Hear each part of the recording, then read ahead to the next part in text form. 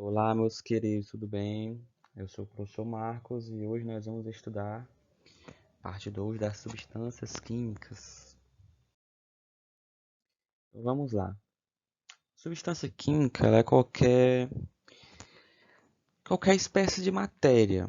A gente já viu que é matéria, né? Que é basicamente tudo que existe é matéria. Uma substância química ela é um tipo de matéria que ela tem elementos químicos, né? E tem propriedades químicas e também propriedades físicas, né? Já que ela tem propriedades químicas, também vai ter propriedades físicas, né? Já que a matéria sempre tem propriedades físicas. O exemplo mais comum, né, que a gente sempre vê é a água. Propriedades químicas dela, por exemplo, ser incolor, ser inodora, ser insípida, solvente universal. Propriedades físicas, ponto de fusão, ponto de ebulição, densidade, né? Lembrando que ponto de fusão é a temperatura no qual ela consegue sair do estado sólido para virar o estado líquido. E ponto de ebulição é a temperatura no qual ela sai do estado líquido e vira gás. Ela é composta de hidrogênio e oxigênio. Cada letrinha dessa representa um elemento químico. E o 2 aqui representa que tem duas moléculas de hidrogênio. As substâncias químicas, elas podem ser substâncias puras ou substâncias compostas. Substâncias puras são substâncias que elas têm apenas um elemento químico. No caso aqui dessa substância, o gás cloro, ela tem apenas cloro, né, na, na substância. E aí a gente diz que é uma substância pura. O iodo aqui também, ó, tem apenas iodo. Já no caso da água, tem hidrogênio e oxigênio, ou seja, tem dois elementos aqui, elementos químicos. Então isso faz com que ela seja uma substância composta. E exemplo também, o nosso sal de cozinha, né, o cloreto de sódio, tem sódio e cloro. Então ela é uma substância composta. Na natureza dificilmente a gente encontra substâncias simples, né? Historicamente a gente começou a descobrir as substâncias primeiro com substâncias compostas e misturas, e aí a gente foi desmembrando as substâncias compostas e misturas em substâncias simples. As características da água, por exemplo, como eu havia falado, ela ser incolor, ou seja, não tem cor. Aí isso é água pura, né? Ela não tem cor, não tem gosto, né? Insípido. Não tem cheiro também. Isso é água pura, né? Que é aquela a gente coloca lá no carro, ou aquela que é produto de uma reação. Vocês vão ver lá no terceiro ano, quando vocês estiverem estudando química orgânica, reações químicas. Aí vocês vão ver reações de hidratação e desidratação. Síntese e desidratação. Que aí vocês vão ver que determinadas substâncias, quando elas são colocadas em contato, elas dão origem à água. Ponto de fusão é em 0 graus a nível do mar. Quando você sobe, né, por exemplo, você está em um local muito alto, montanhas, isso aqui muda. Ponto de fusão e ponto de ebulição dela muda. Densidade 1 grama por centímetro cúbico, isso aqui também muda se você colocar alguma coisa dentro dela, por exemplo, sal. Já que comparando com o cloreto de sódio, temperatura ambiente, ele é um sólido, como a gente já viu, né? Ele é cristalino, ou seja, tem o formato de um cristal, incolor, sabor característico, inodoro. Ponto de fusão dele, olha a diferença, está em 801 graus Celsius, em comparação com o da água que é zero. Por isso que a temperatura ambiente, que é 23 graus, 27, ele é sólido. Já a água não, já é líquido, que é maior que zero. Ponto de ebulição, 1465. Densidade igual a 2,16 gramas por centímetro cúbico. As misturas elas são a junção de duas ou mais substâncias, podendo elas ser puras ou também compostas. Aqui a gente vê exemplos de misturas: leite, café, um suco também é um exemplo de mistura, um refrigerante. E as misturas, elas não têm propriedades fixas, né? Por quê? Porque você pode colocar porcentagens de substâncias naquela mistura, e aí vai mudando. Aqui um exemplo só do sal, e a porcentagem de sal na mistura, como vai mudando a densidade da mistura. Isso no exemplo de água e sal. Como eu falei, ó, a densidade da água ela é 1, mas se você for colocando sal, vai aumentando. As misturas elas podem ser homogêneas e heterogêneas. Homogêneas são aquelas em que a gente não consegue visualmente ou a nível microscópio, né, no caso do microscópio, ver diferenças aqui na constituição dela. Por exemplo, esse líquido aqui, a gente não vê nenhuma diferença. Agora, olhando para esse líquido aqui, a gente vê, ó, uma parte é meio transparente, já a outra é meio esverdeada. Quando a gente vê uma diferença, a gente diz que a gente viu mais de uma fase. Aqui a gente só vê uma fase, aqui a gente vê duas, ó, essa parte e essa. E aí a gente diz que isso aqui é uma mistura heterogênea. E essa é uma homogênea.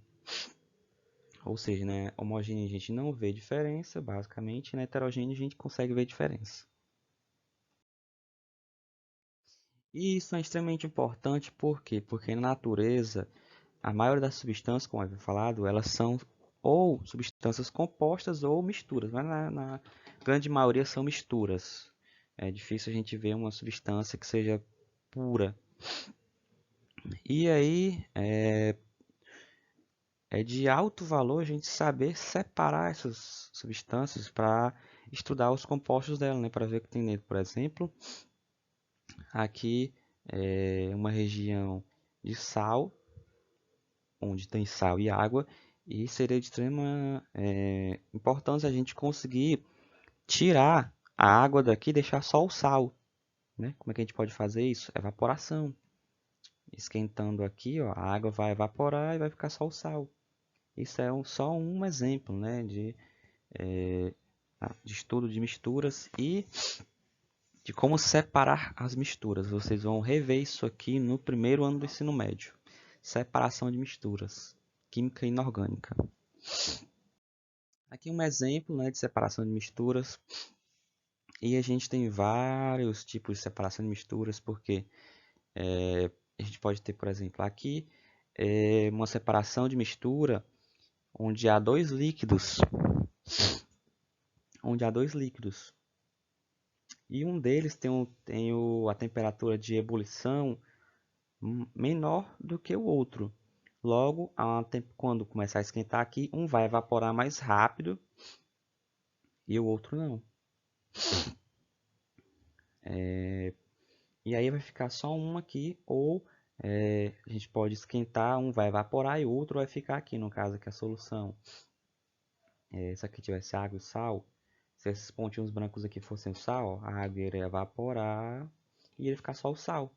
Aí depois a gente fecharia aqui o bico de Bunsen, que é essa chamazinha aqui, e aí a gente teria só o sal. Isso aqui é um exemplo, né? A gente pode ter outras separações que envolvam gases, que envolvam sólidos. Aqui como é que funciona? A gente tem uma chamazinha aqui, que isso aqui chama de bico de Bunsen. Aí você coloca aqui o líquido junto com o que você quer separar. Vai esquentar, no caso aqui mais comum é água. Vai esquentar a água, vai sair por esse biquinho aqui, né? Vai virar vapor, vai sair por esse biquinho. Aqui tem um espaço para ele sair. Uma parte vai sair e a outra vai continuar. A que continuar, bem aqui vai entrar água fria, né? Ou seja, a temperatura aqui vai estar menor. E aí o vapor de água vai condensar aqui. Ou seja, vai virar água de novo. Tá aqui, ó, as gotinhas de água caindo. E aí a gente aqui vai ter água pura, bem aqui. E aqui o sal, por exemplo, se fosse água e sal, né?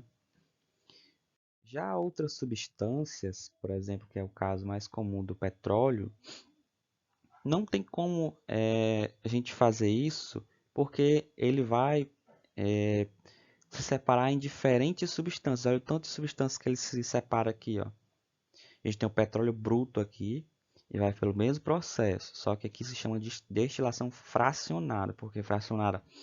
Porque a cada temperatura, uma parte vai realizando esse processo. Por exemplo, a 400 graus está aquecido aqui, a gente tem asfalto, parafina, lubrificante, aí ele vai virar vapor, a essa temperatura 370 vai se condensar aqui óleo combustível. Aí, a temperatura 300, diesel, 200, querosene, 150, gasolina, 20, butano e propano. No caso, esse gás aqui é o nosso gás de cozinha. Exemplo de separação, e no caso aquelas eram dois processos, né, para separação de misturas homogêneas. No caso das heterogêneas, a gente tem várias também. Dois exemplos aqui, filtração simples e decantação. Também temos centrifugação, né, quando a gente faz o exame de sangue ou exame no laboratório. Tem uma máquina que fica rodando lá e aí separa o plasma do sangue. Filtração simples é literalmente filtrar, você colocar um funilzinho aqui e aí a parte que é líquida, né, vai descer e a sólida vai ficar aqui. A decantação ela é semelhante à filtração. Ela pode aqui um recipientezinho que tem a água e, por exemplo, areia. E aí, a partir de um tempo, se você deixar ele quietinho aqui, também é um exemplo de um suco, por exemplo, suco de fruta ou de polpa, que a gente consegue ver bem rápido de polpa. Tá lá, você fez o suco da polpa, você deixa ele parado um tempo, como as diferentes partes têm diferentes densidades, e você tem água e a polpa, né, o conteúdo da polpa tem uma densidade maior que a da água. Então ele vai descer e a água vai ficar aqui em cima. Já se ele tiver uma densidade menor que a da água, ele vai ficar todo concentrado aqui em cima e vai ficar só água aqui embaixo. É o que acontece quando a gente faz o suco, né? Se a gente deixar ele quietinho lá, naturalmente ele acontece isso. Mas se a gente mexer, aí volta tudo ao normal. Aí aqui é um exemplo, né, de decantação. Naturalmente ele vai se separar, vai ficar uma parte aqui em cima, outra embaixo. E você coloca um filtrozinho aqui, ó. Aí, quando a água se separar, a parte líquida, pode ser outro líquido também, ela vai descer naturalmente. E aí vai se separar. Aí você tem só o sólido aqui e só o líquido aqui. Então é isso, pessoal. Até a próxima aula.